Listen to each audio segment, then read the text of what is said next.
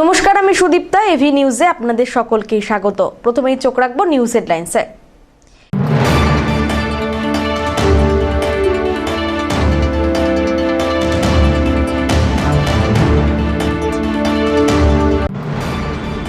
আনন্দচন্দ্র কলেজে এবিভিপি সদস্যদের উপর এসএফআই এর সদস্যদের হামলার অভিযোগ, প্রতিবাদে বিক্ষোভ।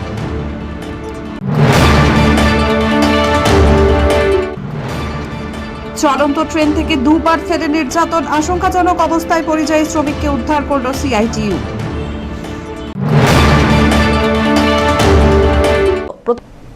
এবার আসছে বিস্তারিত সংবাদে। আনন্দচন্দ্র কলেজে এবিভিপির সমর্থকদের ওপর এসএফআই এর হামলার অভিযোগকে কেন্দ্র করে উত্তেজনা। ঘটনার প্রতিবাদে রবিবার জলপাইগুড়ি শহরের কদমতলা মোড়ে বিক্ষোভ কর্মসূচি পালন করলেন এবিভিপি। বিক্ষোভ চলাকালীন লেনিন ও কার্ল মার্কসের ছবি এবং এসএফআই লেখা সম্বলিত কাগজ পুড়িয়ে প্রতিবাদ জানান সংগঠনের কর্মী সমর্থকরা। এবিভিপির অভিযোগ, কয়েকদিন আগে যাদবপুর বিশ্ববিদ্যালয়ে এবিভিপি কর্মীদের ওপর হামলার অভিযোগের প্রতিবাদে জলপাইগুড়ি শহরে কর্মসূচি পালন করা হয়েছিল। সেই ঘটনার প্রতিহিংসা হিসেবেই আনন্দচন্দ্র কলেজে তাদের কর্মীদের ওপর এসএফআই এর সদস্যরা হামলা চালিয়েছেন বলে দাবি সংগঠনের। এদিনের বিক্ষোভ থেকে ঘটনার সঙ্গে জড়িতদের বিরুদ্ধে দ্রুত ব্যবস্থা নেওয়ার দাবি জানানো হয়। শিক্ষাঙ্গনে রাজনৈতিক হিংসার পরিবেশ তৈরি না করে দোষীদের বিরুদ্ধে আইনানুগ পদক্ষেপেরও দাবি তোলেন আন্দোলনকারীরা। পাশাপাশি ভবিষ্যতে এবিভিপি কর্মীদের ওপর হামলার ঘটনা ঘটলে সংগঠনের পক্ষ থেকে তার বিরুদ্ধে প্রয়োজনীয় পদক্ষেপ নেওয়া হবে বলে হুঁশিয়ারি দেন বিক্ষোভকারীরা। কর্মীদের নিরাপত্তা নিশ্চিত করার পাশাপাশি ঘটনার নিরপেক্ষ তদন্তের দাবিও জানানো হয়। যেভাবে আনন্দচন্দ্র কলেজের এবিভিপি ছাত্রছাত্রীদের ওপর যেভাবে ধারালো অস্ত্র দিয়ে আঘাত করা হয়, তারই প্রতিবাদ আমরা করলাম আজকে জলপাইগুড়ি নগরে। কোথায় করলেন, কি কর্মসূচি, কীভাবে প্রতিবাদ করলাম। এর আগে যে যাদবপুর বিশ্ববিদ্যালয়ে যেভাবে এসএফআই এবিভিপি কর্মীদের ওপর হামলা চালায়, তার প্রতিবাদ আমরা এখানে তাদের কুশপুতুল দাহ করি। তারই প্রতিহিংসা করে তারা আমাদের এবিভিপির কার্যকর্তাদের ওপর হামলা চালায়।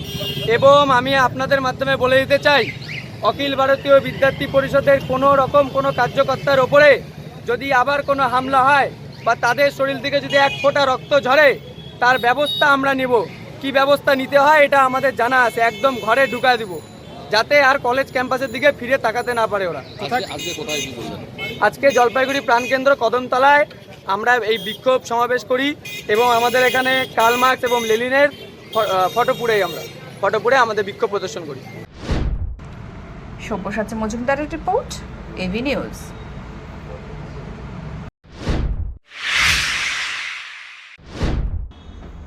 চলন্ত ট্রেন থেকে দুবার ফেলে নির্যাতন, আশঙ্কাজনক অবস্থায় পরিযায়ী শ্রমিককে উদ্ধার করল সিআইটিইউ।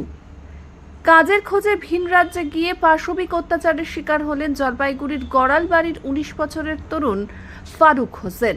অভিযোগ, কেরালা যাওয়ার পথে চেন্নাইয়ে দুষ্কৃতীরা তার সর্বস্ব ছিনিয়ে নেয়। পরে ওড়িশায় পৌঁছলে একদল যুবক তাকে মারধর করে পরিবারের কাছে ফোন করে মুক্তিপণ দাবি করে। টাকা না পেয়ে তাকে চলন্ত ট্রেন থেকে ফেলে দেওয়া হয়। মারাত্মক জখম অবস্থায় বাড়ি ফেরার জন্য পরবর্তী ট্রেনে ওঠার চেষ্টা করলে দুষ্কৃতীরা ফের তার উপর হামলা চালায় এবং দ্বিতীয়বার চলন্ত ট্রেন থেকে তাকে ফেলে দেয় বলে অভিযোগ।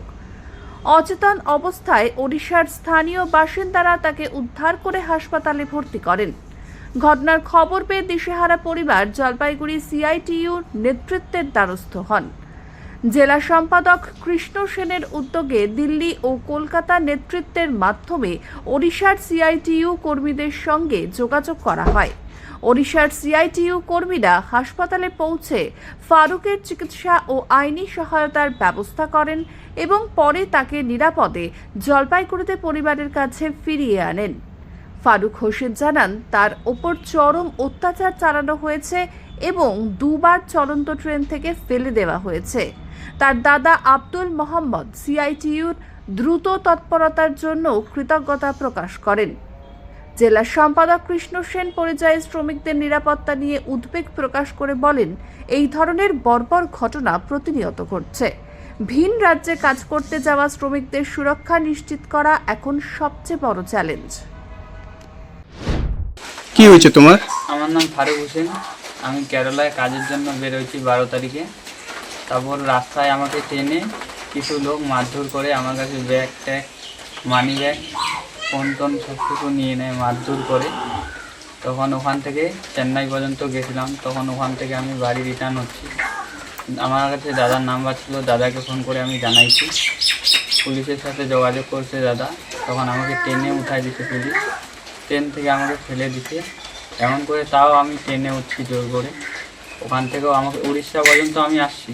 উড়িষ্যা পার হয়ে আমাকে ট্রেন থেকে ফেলে দিচ্ছে। তখন ট্রেন থেকে পরে আমি আর কিচ্ছু বলতে পারলাম না। ওখানকার লোক মিলে আমাকে হসপিটালে ভর্তি করছে। তখন ওখানে দাদা গেছে, আর কিছু আমি বলতে পারলাম না। আমার ভাই কেরলে কাজে যায়, কাজে যাওয়া চেন্নাইয়ের ওখানে ওকে কিছু লোক আটক করে। আটক করার পরে ওকে মারধর করে এবং মোবাইল টোবাইল টাকা পয়সা সব ছিনিয়ে নেয়। ছিনিয়ে নেওয়ার পরে ওইখান থেকে আবার চেন্নাই স্টেশনে যেটা আছে, চেন্নাই সেন্ট্রাল স্টেশন, ওইখানে আবার চলে আসে বাড়ি আসার জন্য। তো ওইখানেও ছেলেপেলে আটক করে। আটক করার পরে ওইখান থেকে ওকে মারধর করে এখানে আবার বাইরে স্টেশনের বাইরে এসে মারধর করে আবার স্টেশনের ভিতরে ঢুকা যায়। তারপরে ও পুলিশ প্রশাসনকে জানায়, পুলিশ ওইখানকার যে রেল পুলিশ আছে সেই তাদেরকে জানায়। তারা আবার গাড়িতে উঠায় দেয়, কিন্তু আবার গাড়িতে উঠায় দেওয়ার পরে আবার কিছুক্ষণ আসে, আবার ওকে ধরে আর 2-1টা স্টেশনে করে নামায় আবার মারধর করে। মারধর যেভাবে মারটারে খেয়ে মানে চলে আসে উড়িষ্যা পর্যন্ত। উড়িষ্যা আসার পরে রাত্রি 1টার দিকে 1:30টার দিকে ওকে ট্রেন থেকে ফেলে দেওয়ার পরে ওখানকার পুলিশ প্রশাসনের হাতে যায়। যাওয়ার পরে ওরা পুলিশ প্রশাসন ওইখানে অ্যাডমিট করে উড়িষ্যার হসপিটালে। অ্যাডমিট করার পরে তারপরে তো আমি ডাইরেক্ট এখান থেকে যেতে পারতেছি না এত দূর থেকে। তারপরে আমি CI2 আমাদের জলপাইগুড়ির যে CITU আছে তাদের কাছে আমি সহযোগিতার জন্য যাই। তারপরে CITUর কাছে আমাদের জলপাইগুড়ি সহযোগিতা করছে আমাকে।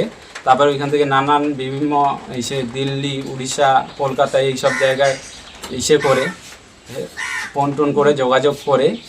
তারপরে এভাবে উড়িষ্যার যে CITU আছে ও আমার সাথে যোগাযোগ করার পরে আমাকে বলছে যে ঠিক আছে আমরা দেখতেছি।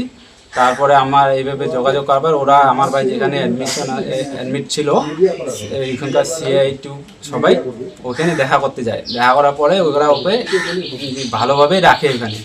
তারপরে আমরা বাড়ি থেকে রওনা দিই। তারপরের দিন রওনা দিয়ে ওইখানে CITUর সাথে দেখা করে ওরা আমাকে সহযোগিতা করেছে। ওইখান থেকে অনেক কিছুই সহযোগিতা করার পর ওরা ওখান থেকে আমাদেরকে নিয়ে আসে ওইখানকার CITU যে অফিস আছে ওইখানে রাখে। ওইখানে করে বাসে উঠে যায়। তারপরে আমরা জলপাইগুড়ি আসলাম। হচ্ছে কাজের এখানে জলপাইগুড়ি জেলাতে কাজ না পাওয়ার কারণে সংসার চালানোর তাগিদে অল্প বয়সে, ওর বয়স মাত্র 19 বছর বয়স, ওর কোনো পড়াশোনা করার বয়স, কিন্তু হচ্ছে সেই পড়াশোনা ছেড়ে দিয়ে কাজের জন্য হচ্ছে কেরলে গেছে। কেরলে যাওয়ার পথে কেরলে পৌঁছতেও পারেনি, আপনারা শুনলেন বাড়ির লোকের কথা। তারপর আমাদের সঙ্গে যখন যোগাযোগ করে, আমরা অল ইন্ডিয়া CITU এবং রাজ্য CITU মিলে জলপাইগুড়ি CITUর সঙ্গে সমন্বয় করে আমরা উড়িষ্যার সঙ্গে যোগাযোগ করে আমাদের উড়িষ্যার যারা CITUর কর্মী নেতৃত্বরা আছেন তারা শুনলেন আপনারা যে তারা কিভাবে সহযোগিতা করেছে। আমি এই বার্তাটাই শুধু দেব যে আমাদের জেলা থেকে যে পরিমাণ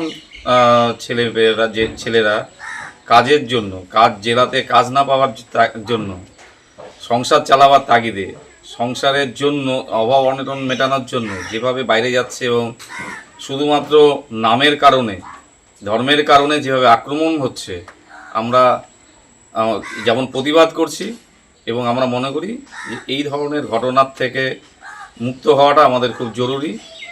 মানুষই সে একজন শ্রমিক কাজ করতে যাচ্ছিল পেটের দায়ে, ফলে তার উপরে যে পৈশাচিক, আপনারা শুনেন গাড়ির থেকে 2বার ফেলে দেওয়া হয়েছে, এর চেয়ে বড় পৈশাচিক ঘটনা আর কিছু হতে পারে না।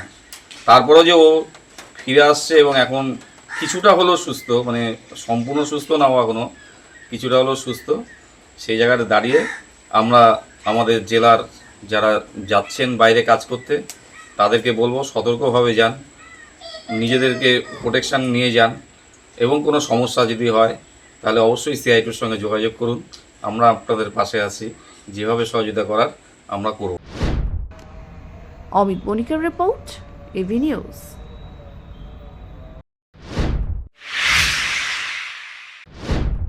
জলপাইগুড়ি পুরসভার 24 নম্বর ওয়ার্ডে ভাঙাচোরা রাস্তা, পানীয় জল আর আবাস যোজনা নিয়ে বিজেপির বিক্ষোভ ঘিরে রাজনৈতিক উত্তেজনা সৃষ্টি হয়েছে। বিজেপির অভিযোগ, রাস্তার কাজের মান খারাপ আর আবাস যোজনায় অনিয়ম। অমৃত জল প্রকল্প নিয়েও কাউন্সিলরের বিরুদ্ধে কৃতিত্ব নেওয়ার অভিযোগ উঠেছে। তবে পাল্টা সমস্ত অভিযোগ অস্বীকার করেন কংগ্রেসের কাউন্সিলর অম্লান মুন্সি। তিনি জানিয়েছেন, ওয়ার্ডের 90% রাস্তা ঠিক আছে। খারাপ দুটি রাস্তা দ্রুত মেরামতের জন্য প্রশাসনের কাছে আবেদন জানানো হয়েছে বলেও জানান তিনি। জল প্রকল্পের দুর্নীতির জেরে বহু বাড়ি এখনো বঞ্চিত, এমনটাই দাবি কাউন্সিলরের। আবাস যোজনা নিয়ে যে কোনো উন্মুক্ত বিতর্কে বসার চ্যালেঞ্জ দিয়ে বিজেপিকে পাল্টা আক্রমণ শানান অম্লান মুন্সি।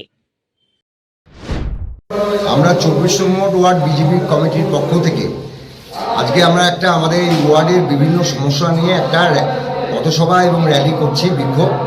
কারণ হচ্ছে দীর্ঘদিন ধরে দেখা যাচ্ছে এই পুরাতন পুলিশ লাইনের যে রাস্তাটা বানাচ্ছে অথচ ভেঙে যাচ্ছে, তার গুণমান ঠিক থাকছে না। এই গুণমান দেখার দায়িত্ব কিন্তু কাউন্সিলরের, এবং দীর্ঘদিন ধরে এই রাস্তাটা হচ্ছে না। এবং আমাদের ওয়ার্ডের বিভিন্ন রাস্তা যে এখন ভাঙাচোরা হয়ে আছে, এবং আজ থেকে 1 থেকে 1.5 মাস আগে আমরা একটা প্রতিবাদ করেছিলাম যে গ্যাসের লাইন আর হচ্ছে অমৃত প্রকল্প জল কেন 24 নম্বর ওয়ার্ডে আসছেন না। মাঝখানে উনি একদিন একটা ফেসবুক লাইভ করে একটা বললেন যে আমরা এটা মিথ্যাচার করেছি, যে আমি আপনাদের সাংবাদিক যারা আছেন আজকে এখানে আছি বা দেশবন্ধুরা আছি, অমৃত প্রকল্প লাইন জল কোথাও ঢুকেছে কিনা আপনারা নিজে সচক্ষে দেখেন। এবং গ্যাসের লাইন উনি বলেছিল ওনার কোনো দায়িত্ব নাই, কিন্তু আমরা কর্তৃপক্ষের সঙ্গে যোগাযোগ করে 24 নম্বরে এই মুহূর্তে গ্যাসের লাইন ঢোকা শুরু করেছে। কিন্তু যেদিনকে কাজ শুরু হলো সেই গ্যাস লাইনের কাজের সামনে দাঁড়িয়ে উনি সেটা ছবি তুলে দেখালো যে গ্যাসের লাইন ঢুকছে, 10-15 দিনের মধ্যে 24 নম্বর ওয়ার্ডে ঢুকে যাবে। 24 নম্বর ওয়ার্ডে 90% রাস্তা ঠিকঠাক আছে, 2টো রাস্তা খারাপ আছে। জলপাইগুড়ি পৌরসভায় যে অরাজক পরিস্থিতি চলছে আপনারা জানেন, তার জন্য আমি এসডিও থেকে শুরু করে ডিএম থেকে শুরু করে জলপাইগুড়ি পৌরসভার এক্সিকিউটিভ অফিসার যিনি আছে তাদের দৃষ্টি আকর্ষণ করে সেই দুটো আড়াইটা বলতে পারেন, আড়াইটা রাস্তা খারাপ আছে, সেই আড়াইটা রাস্তার দৃষ্টি আকর্ষণ করেছি এবং তাদেরকে বলেছি যে পুজোর আগে রাস্তাগুলো সরাই করতে হবে, নাহলে মানুষের অসুবিধা হবে। সেকেন্ডলি, আপনি অমৃত জল প্রকল্পের কথা বললেন। অমৃত প্রকল্পে 30% বাড়িতে 24 নম্বর ওয়ার্ডে জল পড়ছে। হ্যাঁ, এই প্রকল্পের দুর্নীতির জন্য কোনোখানে জল পড়ছে, কোনো জায়গায় জল পড়ছে না, কোনোখানে পাইপ ফেটে আছে, এটা সত্যি। কিন্তু 30% বাড়িতে জল পড়ছে। আশা করছিলাম ভোটের পরে আর 70% বাড়িতে জল ঢুকে যাবে, কিন্তু মাননীয় মন্ত্রী অগ্নিমিত্রা পাল মহাশয় অমৃত প্রকল্পের যে কাজ, সেই কাজ বন্ধ করে দেওয়ার জন্য এই মুহূর্তে 24 নম্বর ওয়ার্ডের 70% বাড়িতে জল ঢুকছে না। বিজেপিকে প্রশ্ন করুন যে আপনাদের মন্ত্রীকে বলে প্রকল্পটা আবার চালু করিয়ে দিন, তাহলে এই 70% বাড়িতে জল ঢুকে যাবে। আর আবাস যোজনায় ওনাদের কি অভিযোগ আমি জানি না, আপনার মুখ থেকে যদি শুনতে পাই আমি তাহলে উত্তর দিতে পারবো। হ্যাঁ, উনি বলছে যে যাদের পাকা বাড়ি তাদেরও আবাস যোজনায় ঘর দেওয়া হয়েছে। যাদের পাকা বাড়ি তারা আবাস যোজনা কমপ্লিট হলে তো পাকা বাড়ি হবে। আবাস যাদের রয়েছে আগের থেকে যাদের রয়েছে এরকম কোনো বাড়ি নেই যে আগের থেকে রয়েছে পাকা বাড়ি, তারপরেও তাদেরকে দেওয়া হয়েছে। ওনাদের ভালো করে খোঁজখবর নিতে বলুন। আর আবাস যোজনায় যদি কোনো পার্টিকুলার বাড়িতে দেখাতে বলে যে এই বাড়ি কেন বলো, তাহলে উত্তরটা সেইভাবেই দেব। কারণ যে পৌরসভায় যারা দেওয়ার মালিক ছিল আবাস যোজনা, সেটার নাম ছিল টিএমসি কংগ্রেস। সেই সময় টিএমসি কংগ্রেস কীভাবে, কাকে কেমনভাবে আবাস যোজনায় বাড়ি দিয়েছে সেটা আমি স্পষ্ট করে দেবো। ওখানে আপনাদের যাদের নেতা মন্ত্রীরা যারা ওখানে আপনাকে বাইট দিল বা বিক্ষোভ দিচ্ছে, তাদের বাড়িও পাকা বাড়ি থাকতেও তারা আবাস যোজনায় বাড়ি পেয়েছে এবং তারা আমার মাধ্যমে পায়নি। সেই সময় তারা টিএমসি করতো, টিএমসি কংগ্রেসের নেতা মন্ত্রীদের ধরে তারা পাকা বাড়ি থাকা সত্ত্বেও বাড়ি নিয়েছে। এই সমস্ত প্রমাণ নথি সব আমার কাছে রয়েছে। তারা যদি ওপেন চ্যালেঞ্জ বা ডিবেটে আসে, সেইভাবেই তাদেরকে তুলে ধরব। অমিত বণিকের রিপোর্ট।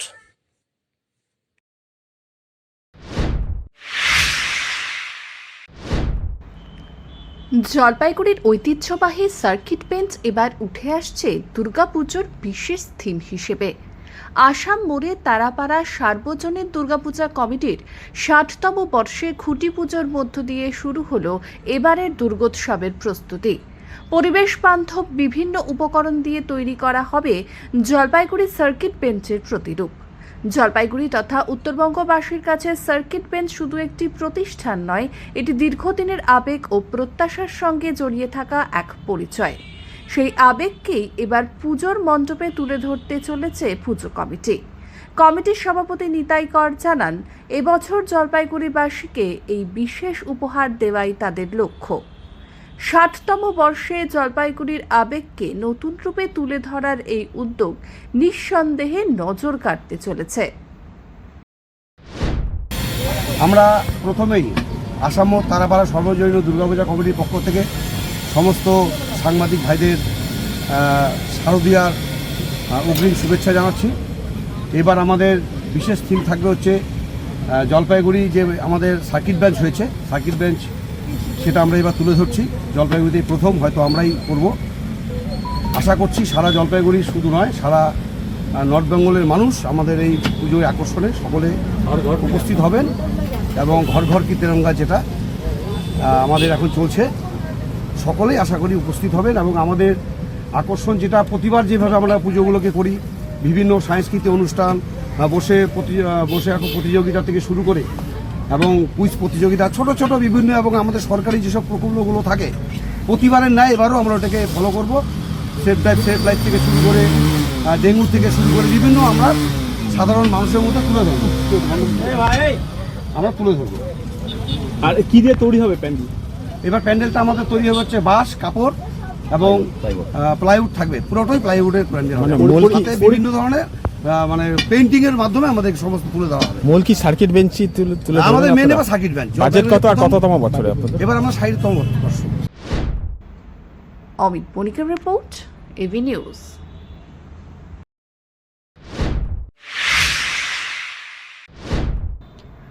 রবিবার সকালে রোদের দাপট থাকলেও দুপুর গড়াতেই আচমকা বৃষ্টিতে ভিজল জলপাইগুড়ি জেলা। বেশ কয়েকদিন ধরে চলা তীব্র গরম ও দাবদাহের পর এই বৃষ্টি সাধারণ মানুষের মনে কিছুটা স্বস্তি এনে দিয়েছে। এদিন দুপুর প্রায় 1টা নাগাদ জেলার বিভিন্ন এলাকায় হঠাৎ বৃষ্টি শুরু হয়।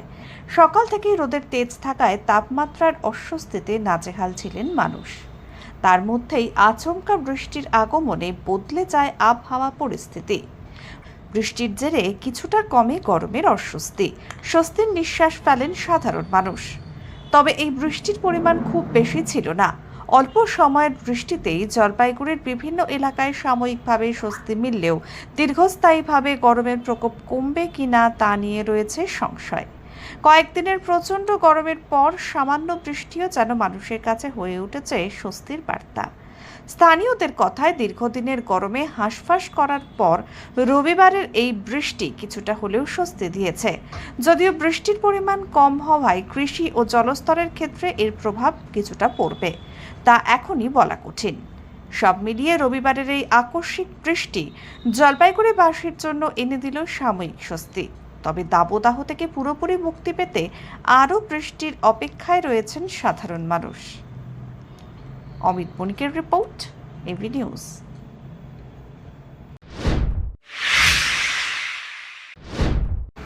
জলপাইগুড়িতে আরএসএ পরিচালিত এসআরএমবি চ্যাম্পিয়নশিপ নকআউট ফুটবল টুর্নামেন্টে উত্তেজনাপূর্ণ ফাইনাল ম্যাচে ট্রাইব্রেকারে আরএসএকে পরাজিত করে জয়ী হল এসএসবি।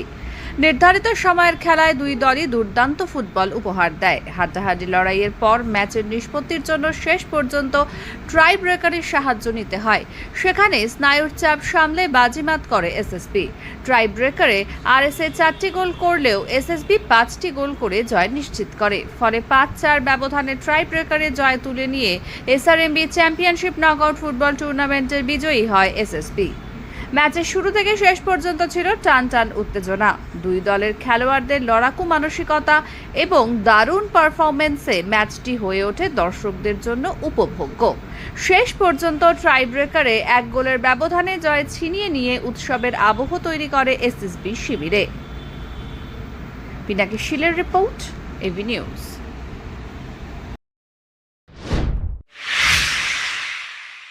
শেষ করবার আগে নিউজ হেডলাইন্স আরো একবার।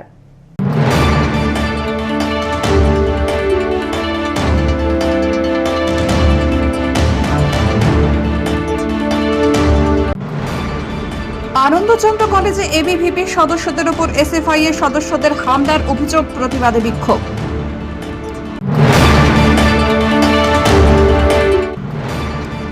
চলন্ত ট্রেন থেকে দুবার ফেরে নির্যাতন, আশঙ্কাজনক অবস্থায় পরিযায়ী শ্রমিককে উদ্ধার করল সিআইটিইউ।